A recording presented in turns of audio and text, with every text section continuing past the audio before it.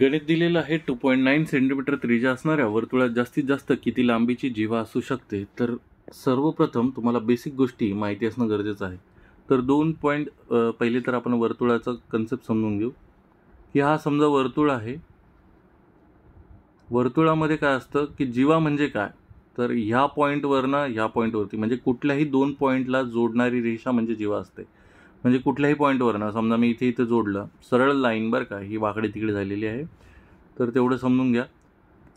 तर जे काही सरळ लाईन असेल ह्या पॉईंट टू ह्या पॉईंटला जोडणारी, ती काय असणार आहे, तुमची जीवा असणार आहे. ठीक आहे. तर हे झाले तुमच्या जीवा. म्हणजे कुठल्याही पॉईंटला जोडणारे दोन लाईन जर असतील तर त्या काय असतात, ती असते जीवा. तर सर्वात मोठी जीवा कोणती असू शकते कुठल्याही ट्रायंगलमध्ये, सर्वात मोठी जीवा कोणती असते, तर ती असते त्याचा व्यास.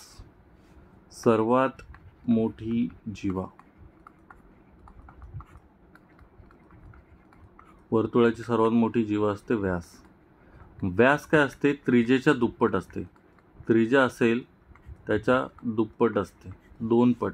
म्हणजे काय, समजा हा सर्कल आहे, ह्याच्याबरोबर मध्ये जर काय असतं, सेंटर असतो, म्हणजे याला केंद्र म्हणतो आपण. तर केंद्रापासनं जे काही कुठल्याही दिशेला तुम्ही एखादा पॉईंट घेतला तर त्याच्यावरती आपण जर लाईन मारली तर हा काय होतो तुमचा, हा होतो तुमचा त्रिज्या. ही होती तुमची त्रिज्या. आणि ह्या त्रिज्येला परत सरळ इकडे कुठल्याही साईडला, म्हणजे त्याच साईडला सरळ लाईन बरं का, तीच जर त्रिज्या परत सरळ गेली तर हा काय होतो, ह्या पॉईंट टू ह्या पॉईंट, समजा असा आहे, हा केंद्र आहे आणि ह्या केंद्रामधून एक सरळ लाईन जाते इथपर्यंत, तर ती काय झाली, आपला व्यास झाला. हा झाला व्यास, कारण की हा डबल झालेला आहे. तर व्यास कसा असतो बघा, हा केंद्र आहे, ही झाली त्रिज्या, आणि हा व्यास नसतो कधीच. व्यास कसा असतो, एकदम सरळ, जे काही जिथून पॉईंट निघाला आहे तिथून इथपर्यंत जर एखादी लाईन असेल ती एकदम सरळ असते आणि त्याला म्हणतात व्यास. तर आता व्यास काय असतो, तो केंद्रातून गेला पाहिजे मेन म्हणजे, आणि केंद्राला बरोबर दोन पार्टमध्ये डिवाईड केलं पाहिजे. म्हणजे इकडे एक त्रिज्या आणि इथे एक त्रिज्या.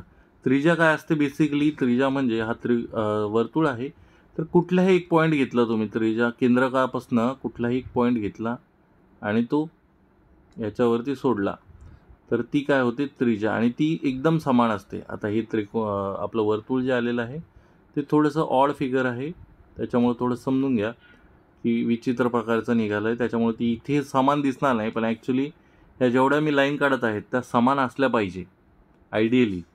पण माझं वर्तुळ जे आहे ते वाकडं तिकडे आलेलं आहे, त्याच्यामुळे थोडं समजून घ्या. ठीक आहे. आता तुम्हाला काय विचारलेलं आहे की त्रिज्या दिलेली आहे, त्रिज्या दिलेली आहे.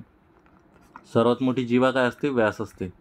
वर्तुळाची सर्वात मोठी जीवा व्यास असते आणि ती काय असते, डबल असते त्रिज्याच्या. त्रिज्या किती दिलेली आहे, 2.9. तर आपला व्यास किती येईल, व्यास येईल गुणिला 2, 2.9 गुणिला 2 म्हणजेच किती येईल, 5.8. म्हणजे जो सर्वात मोठी जीवा असणार आहे ती किती असणार आहे, 5.8 सेंटीमीटर. ह्याच्यापेक्षा जास्त मोठी जीवा वर्तुळामध्ये असू शकत नाही ज्याची त्रिज्या 2.9 सेंटीमीटर असेल. मला असं वाटतं की मी तुम्हाला कन्सेप्ट बऱ्यापैकी समजून सांगितलेला आहे. विद्यार्थी मित्रांसाठी 199मध्ये इथे मेंबरशिप मी ऑफर करत आहे यूट्यूब चॅनलची, ज्याद्वारे तुम्ही चॅप्टर वाईज व्हिडिओज जे आहेत, चॅप्टर वाईज जे व्हिडिओज असतात ते एकदम डिटेलमध्ये तुम्ही त्याचं उत्तरं, प्रश्न आणि कन्सेप्ट सगळ्या गोष्टी इथे क्लिअर केल्या जातील. तुम्हाला सिंगल गणितं बघायला इथे कोणतीही फीस नाही आहे, पण जे चॅप्टर वाईज व्हिडिओज आहेत त्या बघण्यासाठी तुम्हाला इथे 199ची मेंबरशिप घ्यावी लागेल. प्लस ह्याच्यामध्ये मी टेलिग्राम ग्रुपवरती तुमचे काही डाऊट्स असतील ते मला पाठवू शकता, मी त्याचं सोल्युशन इथे पाठवेल. तर हा डाऊट ग्रुप क्रिएट केलेला आहे. तर @गणित1 असं तुम्ही सर्च करा, तुम्हाला तिथे टेलिग्राम ग्रुप भेटून जाईल आणि त्या ग्रुपवरती तुम्ही तुमचे डाऊट्स पाठवा. धन्यवाद.